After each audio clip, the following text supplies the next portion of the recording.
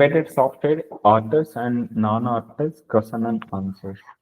So what is RTOS? RTOS is a real-time operating system. It is an operating system that is designed to process data and execute tasks within a strict time constraints. It ensures predictable behavior, make it ideal for time-critical embedded systems like automotive ECUs, medical devices, and industrial automation.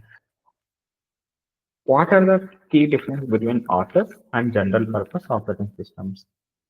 So the feature here, the timing. So the timing is for RTOS, it will be deterministic. It is predictable. For GPS, it is a non-deterministic. It is non-predictable. It will vary depends upon the input it receives, and output should be projected. And we have a periodic handling. It is a strict periodic how it can be handled the task. It will be strict periodic based on the scheduling, or it will be fair scheduling or time sharing.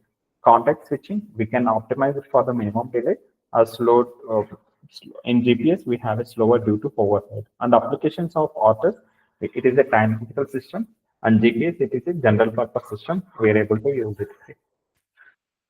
What is a task in a RTOS? A task is a basic unit of execution in a RTOS. It can be through of a small lightweight thread with with its own execution content, such as a stack, program counter, and registers. Explain the different types of RTOS scheduling. Primitive scheduling, the highest priority task primitive will be the lower priority task. Cooperative scheduling, the task voluntarily held control to the scheduler. And round robin scheduling, it is a time slice based scheduling for the task with the some priorities.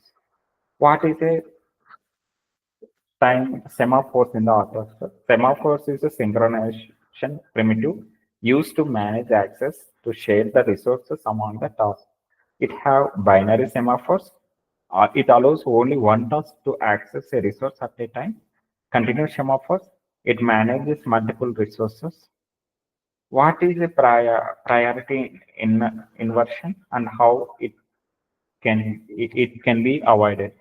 So priority inversion occurs when higher priority task is waiting for a resources held by a lower priority task. While a medium priority task is a primitive preempts the lower priority task. The solution for a priority inheritance where the lower priority task temporarily inherits the higher priority task. What is watchdog timer? Why it is used? Watchdog timer is a hardware timer that resets the system if the software fails to refresh it periodically. It ensures system reliability in case of software failures. What is a non-auto system? A non-auto system is an embedded system without a real-time operating system. It is typically relies on the simple loop or interrupt to the handling tasking. And example of this includes a small microcontroller based on the system like temperature control or LED blinking will be comes under a part of a non-auto system. What are the advantages of using non-auto approach?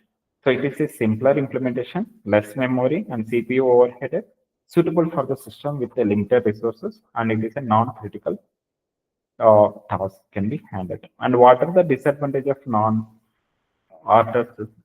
So it is a lack of multitasking capability, difficult to manage the complex system, no timing guarantee for the task execution.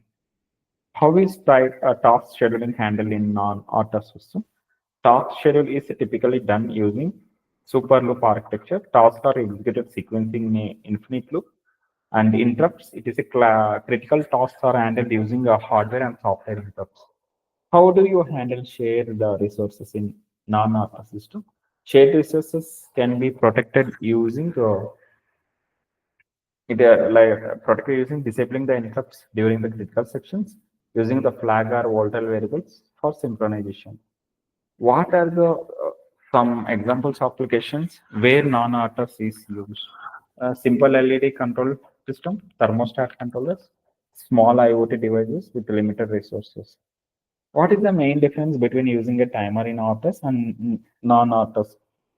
In RTOS, timers are often managed by the OS, which provides APIs for setting and handling the time-based events with the help of system calls.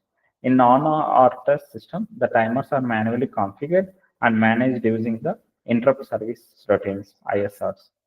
How do you decide between using RTOS and non-RTOS for project?